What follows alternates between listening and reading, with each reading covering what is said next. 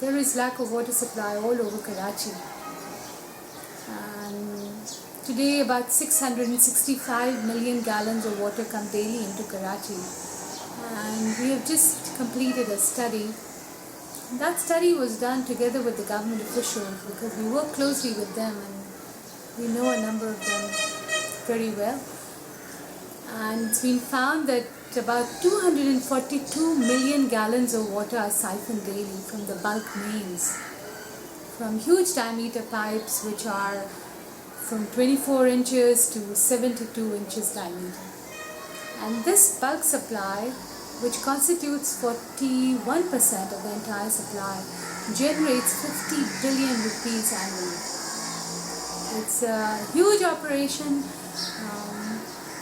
done by organized group of people who have very good connections with the politicians, with the police, with the military, with the powers.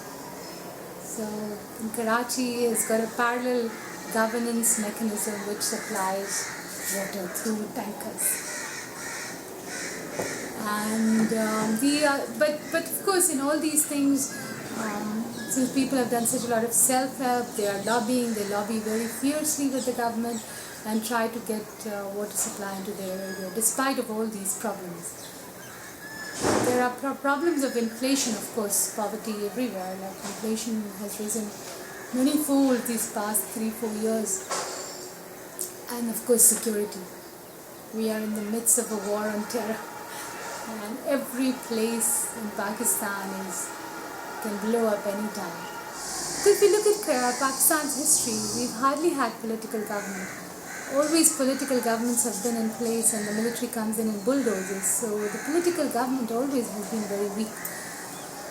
The systems of governance therefore have been very weak. And this is very rightly reflected in the water supply system of Karachi.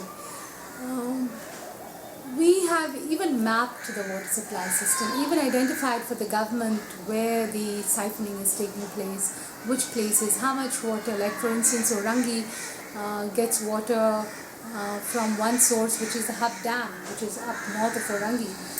And there's a meter down there at the Hub Dam where water comes into Orangi.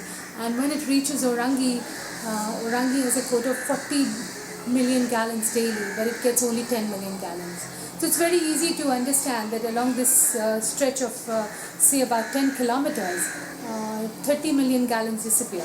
It's a straight stretch of road, and just takes a drive.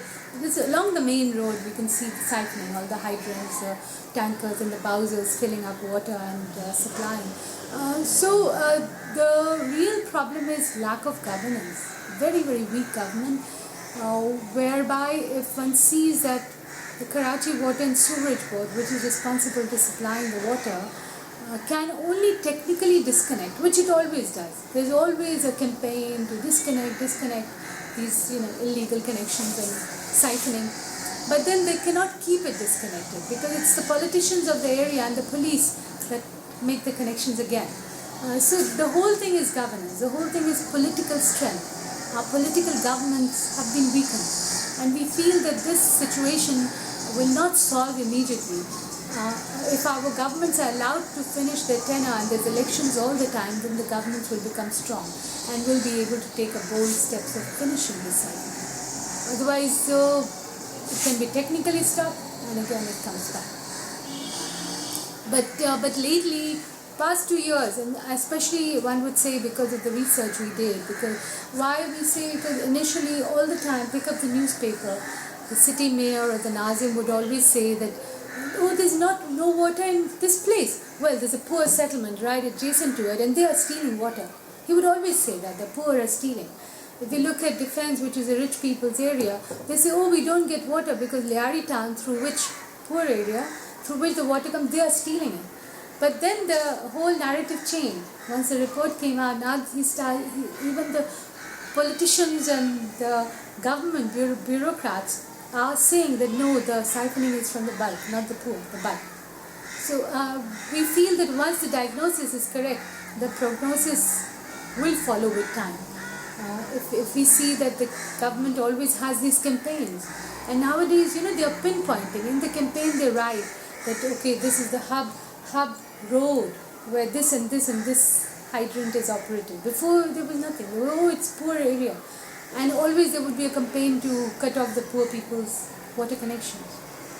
So that's a change. 2 years, that's a change. And I think accepting that these are big organized group of people. We don't like to call them mafia because mafia is everywhere. Even the governments are mafias. But we like to say it's an unofficial system. There's a groups of very powerful armed people who are involved in this kind of business. And since everybody is paid, yeah, it's open. If just one sees that it's a 50 billion rupee operation, and there are about 120,000 tanker trips are made daily in Karachi. Right? And there's a very small number of tankers and bowsers which are officially registered. Yeah, only about 50,000 tanker trips. Yeah, they are officially registered. The others are all unofficial. It's like an open secret.